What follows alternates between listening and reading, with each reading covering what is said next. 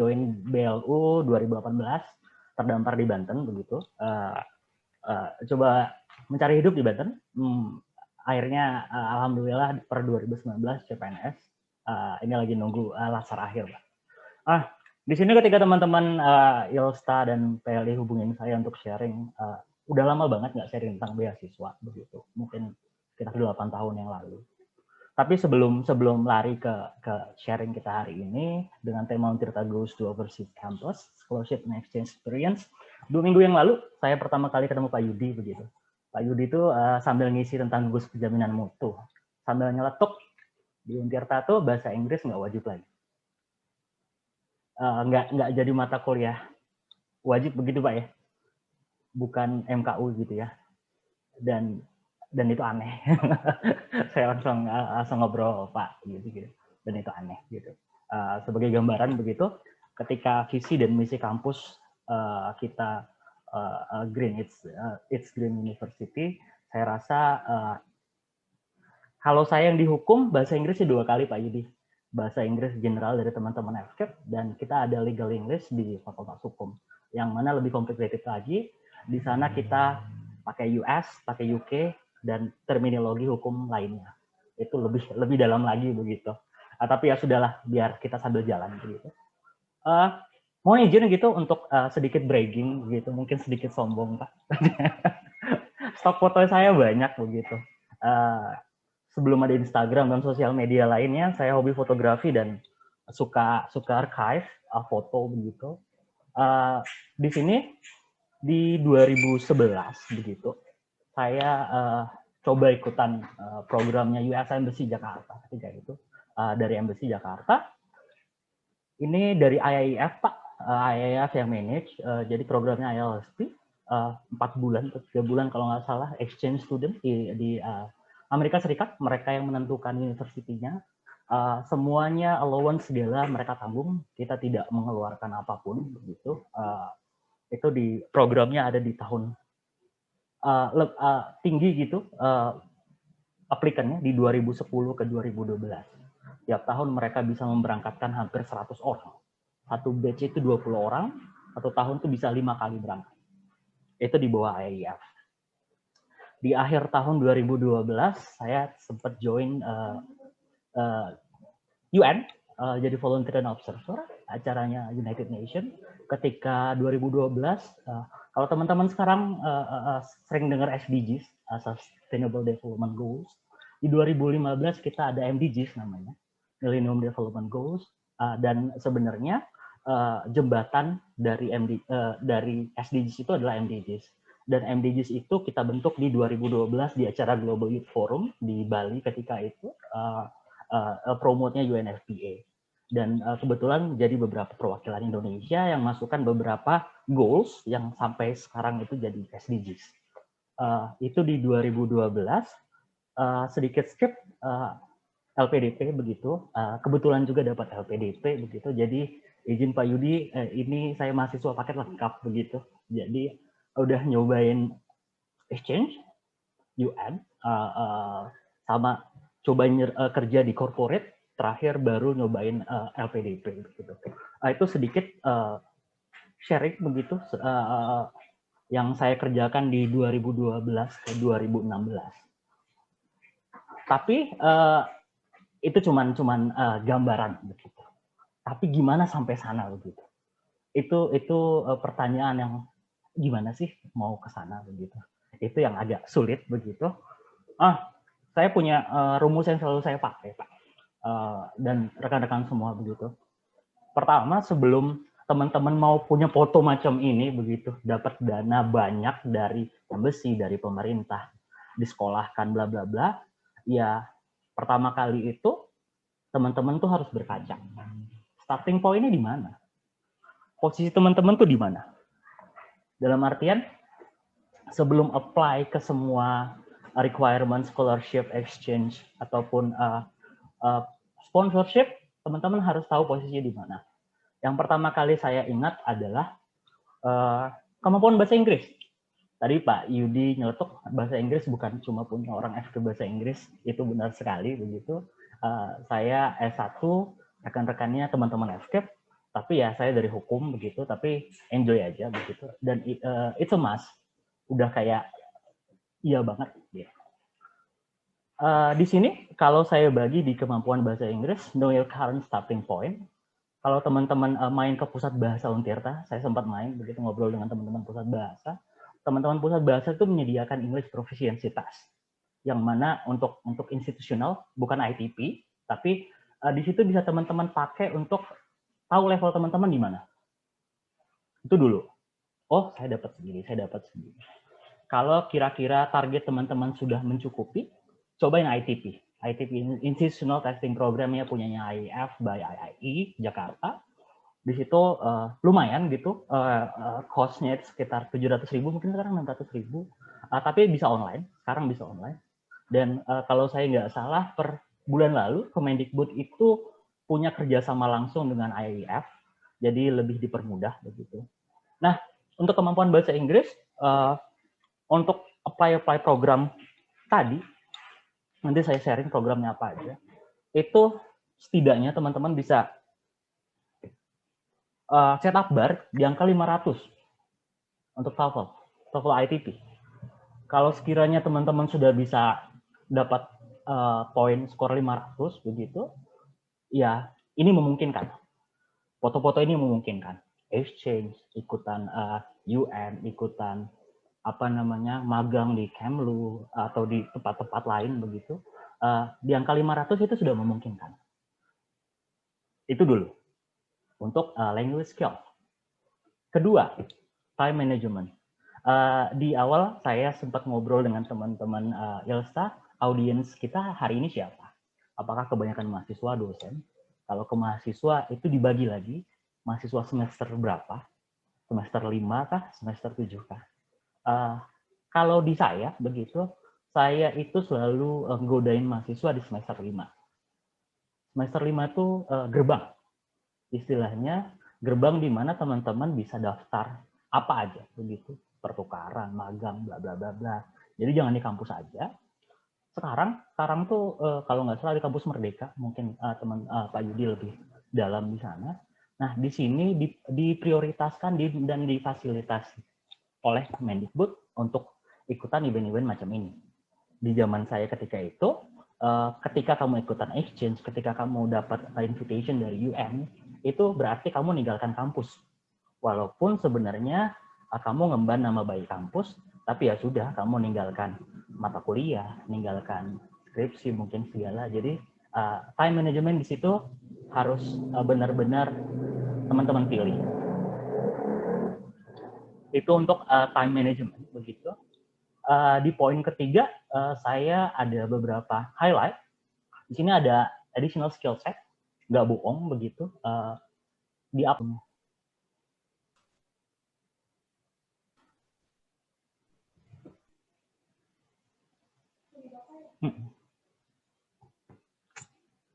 Halo, sorry terputus. Iya, Bapak, tidak apa-apa. Oke, kalau nggak salah di additional skill set poin ketiga, di situ coba selalu open minded dalam baca masalah. Jangan close minded, open minded, lihat dari segala perspektif. Kalau dari orang hukum ya lihat secara perspektif hukumnya bla bla bla, tapi secara openly. Di situ juga aware of current issues. Teman-teman tuh nggak boleh nutup mata dengan isu-isu yang terjadi sekarang. Spesifik isu untuk daerah kita, misalkan di Banten, apa ya? Di Banten kira-kira. Apakah beberapa daerah Banten masih masuk daerah 3T misalkan, padahal Banten itu Jawa gitu. Orang-orang Banten nggak mau disebut Jawa begitu. Di situ ada global concept. Di situ global itu singkatan. Jadi kita rekan-rekan gitu, teman-teman saya nyebut global. Ini singkatan dari global but act locally, think globally but act locally. Berpikir secara universal, global, tapi actionnya di tingkatan lokal, di tingkatan teman-teman di mana berada sekarang. Networking untuk additional skill set. Di sini seberapa dekat sih teman-teman dekat dengan profesor, dekat dengan dosen, untuk nulis letter of recommendation di sini. Atau teman-teman ngumpulin mahasiswa-mahasiswa yang ada, bikin satu grup tertentu, oh ayo kita proofread a motivation letter. Kita baca bareng-bareng, kita perbaiki bareng-bareng, cari dosen yang bisa nulis letter of recommendation buat kita yang ada rencana untuk apply beasiswa. Itu bisa bikin grup sendiri. Begitu. Itu untuk poin ketiga language skills. Dan terakhir di sini ada target. Tahu targetnya, tahu programnya, yang mana yang teman-teman mau apply. Pilih secara spesifik, ada yang dari embassy, banyak banget. US Embassy itu tiap tahun menggelontorkan jutaan dolar untuk program exchange, untuk program sandwich, short course. EU juga, Uni Eropa, Australia juga begitu. Kalau di Uni Eropa itu ada Orange Tulips. Kalau teman-teman suka Mood Court atau Model of United Nations, bisa juga dapat sponsor dari sana. Dan terakhir itu ada training dan volunteering. Training di sini bisa dari instansi-instansi resmi, dan volunteering di sini lebih banyak lagi, NGO ataupun yang lainnya. Dan skill untuk volunteering ini lumayan penting. Ini bisa jadi jembatan teman-teman untuk exchange, untuk join yang lain. Itu untuk cerminan posisi di mana teman-teman sekarang ini berada sih. Your starting point itu di mana. Oh juga sedikit promo begitu. Kalau teman-teman mau baca lebih detail, saya ada spesifik blog post tentang ini begitu. Ada linknya di bawah, nanti saya share apa PPT-nya begitu mungkin. Nah, current available programs ini hanya beberapa aja yang saya tampilkan. Di sini ketika zaman saya itu ada ILSP dari IAF, tapi sekarang yang paling banyak itu dulu namanya berganti-ganti jadi Susi, sekarang namanya jadi Wisely. Wisely itu ada beberapa sub juga, ada untuk academic fellow, ada professional fellow, suite for future grants, dan regional workshop. Di sini yang teman-teman targetin adalah academic fellow ataupun professional fellow. Ini setahun bukaannya bisa 4 kali. Dikirim untuk ke Amerika dalam 1 atau 2 bulan. Fully granted, dikasih semua. Teman-teman modal ide aja dari awal daftar bla bla bla bla bla. Programnya IAF ada juga, bisa dicek di website mereka begitu. Beberapa dari Aminef, Fulbright Indonesia. Ada kalau teman-teman di FKIP ada FLTA, Hubbard H. Humphrey juga ada programnya. Terus juga ada CCIP, terkenal sekali, hampir 10 tahun ada Community College Intuitive Program. Itu bridging, diploma kayak Pak Yudi tadi, tapi dibiayai oleh US Embassy yang diberangkatkan ke negara-negara bagian di Amerika Serikat. Itu ada juga Global Undergraduate Exchange Program, dan terakhir itu ada Fulbright US ASEAN Visiting Scholars, tapi lebih ke untuk dosen dan peneliti. Itu untuk yang teman-teman exchange ataupun program-program short course, sandwich, lain-lain. LPDP, S2. Saya nggak bisa banyak komentar begitu, karena sebenarnya ini deserve another webinar, tapi secara garisan besar di tahun ini mereka cuma buka 2 program, yaitu PTUD dan beasiswa pendidikan LPDP. PTUD di sini adalah perguruan tinggi utama dunia. PT targetednya itu sedikit dan tinggi banget requirement-nya. Dan yang kedua itu beasiswa pendidik lebih ke untuk dosen. Tapi mungkin nanti secara spesifik kita bahas atau personal chat ke saya. Tapi saya mau menekankan bahwa program lain tuh banyak, nggak harus langsung bridging ke master begitu. Jadi selama teman-teman masih sekarang semester 4, semester 5, cobain dulu deh yang exchange, volunteering, yang lain-lain. Baru nanti mikirin mau S2, S3-nya. Itu mungkin sedikit sharing dari saya, ada sedikit quote yang saya selalu pegang begitu. Jadi sebenarnya nggak ada mimpi yang terlalu tinggi gitu. Jadi ada salah satu teman tuh yang bilang sky is the limit, yang mana diartikan secara generalnya ya berarti nggak ada batas. Mimpi itu nggak ada batas. Mungkin itu sedikit share dari saya, Mbak Moderator. Saya kembalikan ke moderator. Terima kasih. Baik, terima kasih kepada Bapak Afandi sebagai pemateri kedua. Semoga materinya dapat bermanfaat bagi kita semua. Untuk sekarang kita masuk ke sesi tanya jawab. Kita buka 3 penanya terlebih dahulu mungkin ya. Yang mau bertanya silahkan sebutkan nama, asal universitas, jurusan, dan bidang konsentrasi. Ya, untuk yang mau bertanya.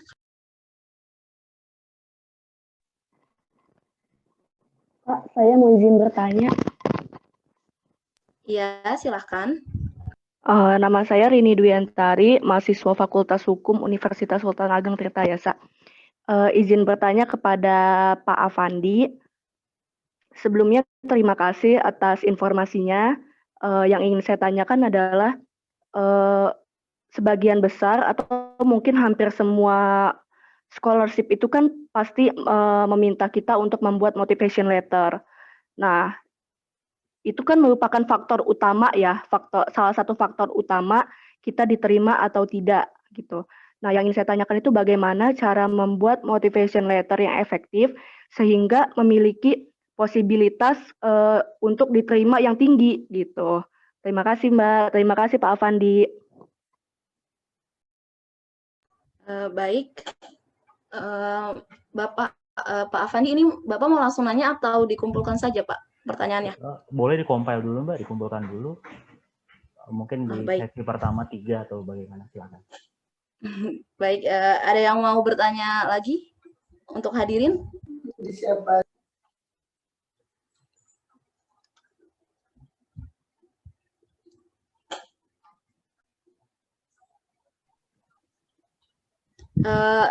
Bisa bertanya kepada Pak Afandi dan Pak Yudi ya. Oke, mungkin untuk memeriahkan acara nih, boleh nih Pak Afandi maupun Pak Yudi memberikan kuis nih buat rekan tumbler. Kalau beruntung tumbler yang untuk vakumnya, kalau enggak ya berarti yang biasa. Oke, silahkan. Pak Yudi dulu nih memberikan kuis, silahkan Pak Yudi. Nanti bagi yang bisa menjawab, bisa chat namanya siapa, nomor teleponnya siapa, biar dari panitia akan menghubungi rekan-rekan. Silakan Pak Yudi, ada pertanyaan? Monggo. Ya, pertanyaannya gampang aja. Ya, berapa besar berapa besar beasiswa yang saya peroleh per bulan dan berapa? Oke, langsung di chat. Iya. Berapa besar beasiswa per bulan? Oke, di chat langsung. Silahkan. Ya, nggak inget kebangetan. Saya nggak inget Pak Yudi. Ya, Yang silakan 3 juta rekan-rekan sekian bisa itu Pak. chat jawabannya. Jadi siapa cepat dan memang tepat, itulah pemenangnya. Ummu Salamah 600 sing. Benarkah Pak Yudi? Betul. Yeay! The Tumbler. winner is Ummu Salamah. Yeay! Nanti Saya akan bisa memberikan beasiswa nomornya, Mbak. ke luar negeri. Oke, terima kasih Pak Yudi. Sekarang Pak Afandi silakan memberikan pertanyaan. Pertanyaan kuis. Oh, kuis Bu. Iya Saya nggak punya dong. pertanyaan. Oke, pertanyaannya siapa nama belakang saya? Oke, siapa cepat dia dapat? Si Malakama. Si Tamala. Rian Prianggi, benarkah? Oh ya, benar. Oke, jadi pemenang untuk periode pertama ini adalah Mbak Ummu Salamah dan Rian Prianggi. Ya. Kapan? Orang ada di itu di namanya di bawah. Iya. Nanti silakan yang menang bisa menghubungi saya di nomor yang saya chat di sini ya untuk mendapatkan hadiahnya. Oke, silakan lanjut untuk pertanyaannya mungkin dari peserta langsung ke pembicara Pak Yudi dan Pak Afandi. Baik. Ya, selamat kepada para peserta yang mendapatkan hadiah. Nanti langsung chat aja ya ke Pusat Tayang Internasional yang nomornya sudah ada tertera. Ini ada pertanyaan lagi dari Dina Rahmawati. Hal yang paling berkesan atau lucu atau menarik yang dialami selama mengenyam pendidikan di luar negeri itu apa sih, Pak? Nah, ini pertanyaannya kayaknya seru deh. Ya. Yang paling silakan berkesan. Untuk Pak Afandi atau Pak Yudi. Siapa dulu, Pan? Halo. Silakan Pak Yudi. Iya, silakan Ya, untuk Pak kedua Afandi. pemateri. Yang paling berkesan, kayaknya semuanya berkesan deh ya. Tapi yang paling berkesan adalah ketika kita pergi keluar, kita bisa punya apa ya, new insight ya, tentang perkuliahan, tentang pendidikan, tentang pembelajaran, tentang kemanusiaan dan yang lain-lain. Jadi kalau di Singapura itu saya melihat, bukan saya membandingkan ya, kayaknya mereka apa namanya, cara pembelajaran dengan kita di sana relatif dosen-dosennya tidak ditakuti gitu ya, malah kayak teman. Kadang-kadang disuruh mampir dikasih kopi, yang bikin kopi bukan mahasiswa ya, dosennya ya, silakan duduk minum, mau ngapain ya, saya baru pulang dari luar negeri nih habis presentasi, ini oleh-oleh buat kamu katanya. Nah, kemudian kalau habis UTS, habis UAS langsung diajak jalan-jalan itu ya, yuk kita pergi kemana, ada namanya party ya, di apa, di bawah nelayan itu ya, itu ada nasi padang itu di situ ya, karena banyak orang Asia diajak ke situ. Ya, saya yang bayarin, Jack Richard ya yang bayarin tuh. Kemudian juga orang di sana ya efisiensi gitu ya. Jadi kalau nggak penting, nggak terlalu apa namanya, nggak terlalu ini banget ribet ya. Pokoknya yang penting-penting aja. Dan susah minta nomor handphone orang di sana itu. Kalau di kita kan dikasih, nomor handphone nggak ya? Di sana sulit, bahkan sampai berapa kali saya nelpon ya, Bu, tolong minta handphonenya buat komunikasi. Mohon maaf, kata dia ya. Saya tidak memberikan ke sembarang orang, kan agak gimana gitu ya. Padahal buat ini buat pendidikan gitu, tapi dia nggak mau. Kalau kita kan ditanya nomor handphone langsung dikasih ya, itulah kebaikan orang kita. Di sana nggak. Dia punya handphone juga macam-macam buat bisnis dan buat yang ini ya, yang untuk keluarga gitu ya. Oke, ya jadi manfaatnya saya banyak sekali apa namanya, mendapatkan pengetahuan dan budaya di sana. Kalau di Singapura belajarnya enak Pak Pandi, banyak liburnya. Hari raya orang Buddha, hari raya orang Hindu, hari raya orang Cina, hari raya orang India ya. Kata saya, kapan ini kuliahnya ya, makan melulu ya, tapi lah dinikmati aja lah ya. Nah, kalau di kita juga sama ya, tapi kayaknya lebih banyak di Singapura deh liburnya. Dan kalau ada acara perayaan pasti makan-makan. Itu yang paling berkesan, Bu. Siapa? Bu Dina ya. Oke. Oke, mungkin giliran saya gitu. Masih sama pertanyaan Bu Dinda dulu. Yang berkesan, lucu, menarik. Tadi Pak Yudi sempat ngobrolin fotonya gitu, yang rambutnya gondrong begitu. Jadi kalau di saya sedikit pengalaman begitu, karena ke luar negeri itu selalu sometimes ada gitu family Indonesianya ketemu begitu. Kita kalau potong rambut tuh walaupun udah gondrong Pak Yudi, jadi kita minggu ini atau bulan ini yang giliran nyukurin tuh dia begitu, ke rumah dia, jadi dia yang nyukurin begitu. Kita tinggal bawa makanan misalkan, kita bawa Indomie, kita bawa apa, kita ke apartemennya, kita potong rambut tuh ganti-gantian. Jadi untuk saving karena barber itu cost-nya tinggi banget kalau di US, bisa dari 80 ke 500 tergantung tempat begitu. Jadi kita sayang banget tuh kan, apa namanya, living allowance kita pakai cuman buat gaya-gayaan rambut begitu. Ya jadi bulan depan kalau potong rambut ke rumah anak FKIP atau yang lagi ngambil matematika begitu di sana. Jadi kita tinggal bawa makanan, kita potong rambut rame-rame. Apapun hasilnya kita terima. Jadi apapun hasilnya kita harus terima begitu. Itu sedikit pengalaman gitu ketika waktu masih bujang di sana gitu. Di sini ada pertanyaan. Iya Pak. Apaan? Belum cerita sama kawan-kawan. Berapa kau dapat itu sebulan? Cukup Pak, cukup. Cukup. Dapatnya cukup lah. Di sini Mbak Rini nanya motivation letter. Saran saya yang efektif itu adalah kamu tahu dulu program yang kamu apply apa, dan mereka itu secara sukarela ngasih tahu yang mau kami terima itu ini loh profilnya. Jadi sebenarnya nggak ada sih motlet yang efektif bla bla bla bla, karena semua punya poin presentase penilaian masing-masing. Di sini kalaupun kamu mau nulis yang baik, terus di proofread. Kalau ada alumni sebelumnya kontak, jangan malu. Bang, Kak, Mas, Teteh, AA begitu. kemarin tahun lalu kakak dapat gitu program ini, saya tahun ini mau daftar. Boleh nyontek motivation letternya nggak? Boleh bacain motivation letter saya nggak? Yang salah apa begitu? Dan mereka biasanya welcome banget dan mau begitu. Kalaupun ada yang nggak mau paling 1-2. Itu satu. Kedua, boleh kontak dosennya. Dosen yang sekarang, misalkan kamu di Untirta Fakultas Hukum, ajak ngobrol dosen yang open minded, yang care dengan yang begini. Nggak mungkin dosennya nolak. Pasti dosennya senang banget ngedraft bareng-bareng, bla bla bla bla. Saya selama 2 tahun di sini, alhamdulillah Pak Yudi, bukan cuma mahasiswa malah jarang. Yang minta motlet, minta recommendation letter, proofread itu malah dosen gitu. Jadi mereka pengen ikut program, ikut apa, minta proofread segala macam, ya langsung aja begitu. Dan itu appreciate banget, nggak mungkin ditolak. Itu sama para reviewer, kalau ngelihat teman-teman mahasiswa yang masih semester 4, semester 5, semester 7, itu nggak terlalu ngelihat teman-teman itu sekarang. Dia itu nilai teman-teman, oh misalkan Rini ini 10 tahun ke depan bakal jadi ini loh. Terlihat dari background-nya, bla bla bla, terlihat dari cara menulisnya, terlihat dari cara bicaranya.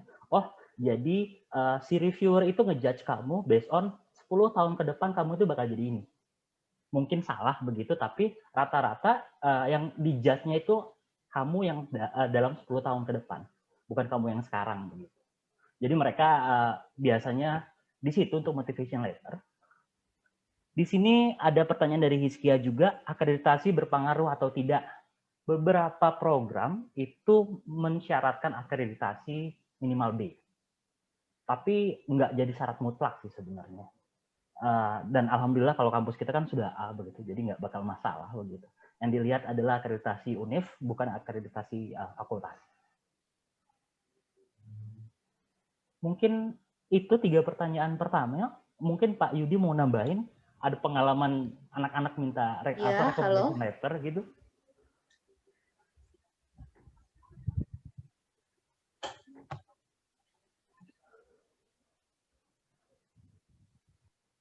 Gimana Pak? Mungkin ada pengalaman Pak, teman-teman minta letter of recommendation ke Bapak ataupun motivation letter. Oh iya, ya. Jadi kalau saya sih ngelihatnya gini ya, karena saya newbie ya waktu itu ya. Jadi kita lihat guidance-nya aja, dia minta apa kita kasih ya. Kemudian yang paling penting grammatical juga itu ya penting ya. Kalau kita tidak, itu yang dikasih saran oleh Pak Apan betul tuh. Jadi kalau udah ada yang pernah lewat ke sana, tanya dia ya, minta saran dan sebagainya gitu, gimana cara membuat yang lain-lain. Termasuk ke LPDP mungkin bisa tanya ke Pak Udi itu ya, Pak Udi atau Pak Apan ya. Budina juga, kalau shortcut ke Budina pernah ke Ohio tuh, ya, Ohio. Tapi yang paling penting adalah bahwa kita yang diterima di sana itu adalah memang kita yang akan memberi dampak ya terhadap human right, terhadap lingkungan dan sebagainya gitu. Jadi mereka itu membeli beasiswa tidak semata-mata ingin ngasih beasiswa karena kepintaran kita, bukan. Tapi setelah orang ini keluar dari program ini berdampak tidak untuk peningkatan kualitas pendidikan umpamanya. Mungkin kalau Pak Apan untuk masalah hukum ya, kemanusiaan dan yang lain-lain gitu. Nah, itu memang harus ibaratnya harus dikemas semenarik mungkin ya. Termasuk kalau saya mungkin kalau Pak Afan itu ya letter itu ya. Kalau saya diminta proposal ya karena untuk kelihatan orangnya seperti apa setelah melakukan apa gitu kan. Kemudian setelah ini mau ngapain gitu. Ya. Tapi yang paling penting adalah ya, kalau Anda letter ininya bagus tapi nggak pernah nyoba juga percuma ya. Jadi yang paling penting coba dulu ya. Walaupun kayaknya jelek nih, coba aja ya. Jangan nggak bayar kok ya. Jadi menyerahlah ketika sudah ditolak gitu. Kalau belum ditolak terus aja ya, terus aja coba terus. Kalau saya alhamdulillah Pak Apan belum pernah ditolak langsung dapat, tapi itu cuma levelnya level Asia ya. Mungkin saya doakan yang lain ini bisa ke mana, ke Australia, amin, Pak. Amerika dan sebagainya. Kalau ngedengar cerita Pak Apan saya pengen muda lagi nih. dapat beasiswa lagi ya. Masih bisa Pak, visiting scholars atau visiting professor ya Pak ya. Amin, amin, amin, amin. Mbak Nada mungkin itu Mbak Nada. Ya, baik. Terima kasih kepada kedua pemateri kita. Selanjutnya dibuka sesi kedua. Yang ingin bertanya bisa lewat chat atau langsung on cam dan di unmute. Untuk sesi kedua kita buka 2 pertanyaan ya. Itu ada yang raise hand, Nugraha kalau nggak salah. Nada, izin untuk bertanya dong. Iya, silakan Pak Ariesta. Silakan. Terima kasih kesempatannya. Pertama-tama saya memperkenalkan diri dulu. Saya Ariesta Wibisana Ninditya, dosen dari Universitas Jenderal Ahmad Yani Yogyakarta. Saya dulu kolega dari Pak Afandi Sitamala, teman bercanda dan teman bercanda dan belajar di Fakultas Hukum Untirta. Salam kenal Pak Yudi. Ya. Kemudian ini pertanyaan saya sekaligus membantu saya juga dan siswa-siswa yang lain yang penasaran. Does English matter so much ketika kita belajar overseas? Nah, artinya beberapa teman saya itu mengakui bahwa bahasa Inggrisnya belepotan. Nah, apakah bahasa Inggris itu matter so much sehingga ada nih orang yang sampai baru mulai daftar ke univnya itu sampai IELTS-nya atau TOEFL-nya itu 8 gitu atau 7 karena dia ideal banget. Nah, mohon dari Pak Yudi dan Pak Afandi bisa share thought untuk itu sehingga nanti mahasiswa mungkin dan saya juga ikut terbantu. Ternyata bahasa Inggris itu gini loh dampaknya. Terima kasih.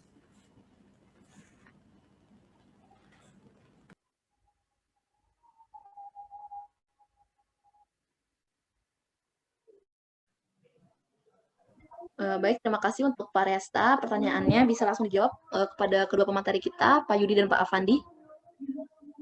Silakan Pak Afan dulu, Pak Afan. Nggak, Pak Yudi dulu yang dosen bahasa Inggris gitu. Nanti saya salah aja jawabnya, Pak. Enggak. Pak Aris ya, Pak Ariesta ya. Salam kenal juga Pak Ariesta.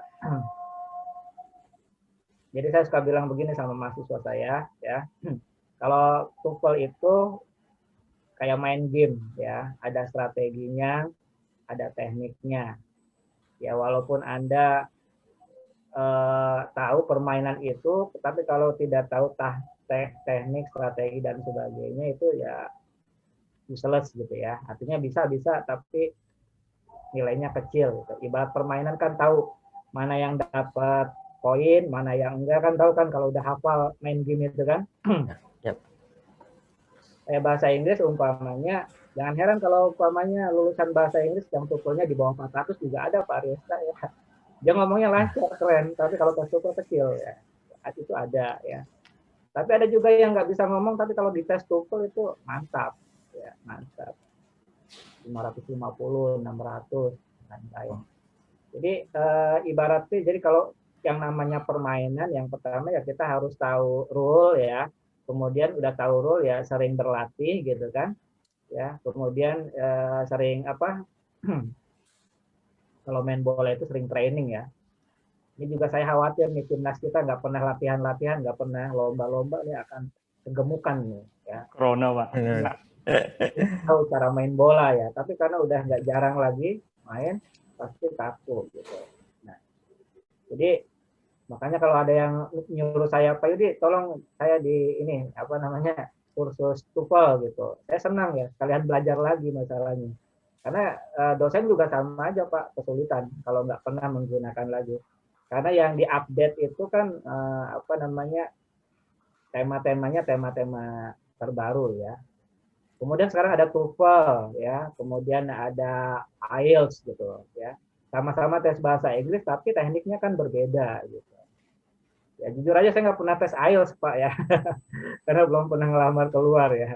Tapi saya tahu, tapi saya belum pernah, karena kan costly ya itu ya, lumayan besar juga gitu. Tapi kalau TOEFL udah beberapa kali. Jadi tekniknya berlatih dan berlatih aja Pak, nggak ada rumus-rumus yang lain ya. Kemudian TOEFL itu apa namanya, peningkatan nggak bisa cepat gitu ya. Umpamanya belajar seminggu langsung 600 nggak bisa. Itu perlu waktu dan perlu pembiasaan. Tapi kalau udah dapat 600 bakal terjun ke 400 itu agak susah ya biasanya. Ya, paling turun 10, turun 20 gitu. Kalau TOEFL biasa karena dia apa namanya? Dia bisa memprediksi ya kemampuan seseorang gitu. Jadi kalau yang kursus TOEFL 10 hari bisa langsung 600 dari nol, saya nggak yakin. Itu bahasa apa namanya, bahasa marketing. Mungkin itu dari saya Pak Alvan. Pak Aris. Terima kasih Pak. Iya Pak. Izin Pak Aries. Waduh, Siap. ini pertanyaannya bingung saya jawabnya. Jawabannya dari saya sih yes and no. Yes, at certain level. Dalam level-level tertentu, kadang kita itu dipaksa dalam sekali. Contohnya yang basicnya legal Pak. Ketika Pak Aries backgroundnya tadi permainan segala gamer gitu. Ya. Pak Yudi tadi mention gitu. At certain level mudah sekali untuk kita paham reading, conversation, bla bla bla bla. Tapi ketika level legal analysis, ketika kita harus curahkan itu ke writing, itu PR sekali Pak. Dan mereka require standar tertentu, yes. Untuk legal ya Pak, saya bicara legal, nggak bicara in general. Yang yes, yang no. Jangan sampai language requirement itu ngebatasi Bapak untuk apply programnya, begitu. Kalau dapat rejection ya nggak apa-apa begitu. Tapi kan nggak semua mungkin nge-reject dengan posisi itu karena masing-masing dari requirement itu punya presentasi sendiri-sendiri. Kalau Bapak outstanding sekali, mereka nggak bakal ngelihat language requirement-nya lagi. Oh, ini udah ketutup dengan ini, ketutup dengan ini, ketutup dengan ini. Kalau waktunya masih panjang, nggak apa-apa, kita ikut course lagi tambahan, atau kita apa namanya, mereka ngasih kesempatan, oke ini unconditional Bapak, kita ngasih kesempatan dalam 1 tahun, kalau bisa up lagi, itu yang normalnya mereka offer begitu. Tapi itu balik lagi ke kita, kalau dia no, jangan sampai language requirement itu menghentikan mimpi Bapak untuk sekolah ke luar negeri. Kalau saya sih gitu Pak, jatuhnya. Oke Pak. Terima kasih. Siap Pak Arya. Baik, terima kasih kepada kedua pemateri kita. Selanjutnya ada yang masih ingin ditanyakan. Kita masih buka satu pertanyaan lagi. Untuk teman-teman yang mau bertanya, silahkan.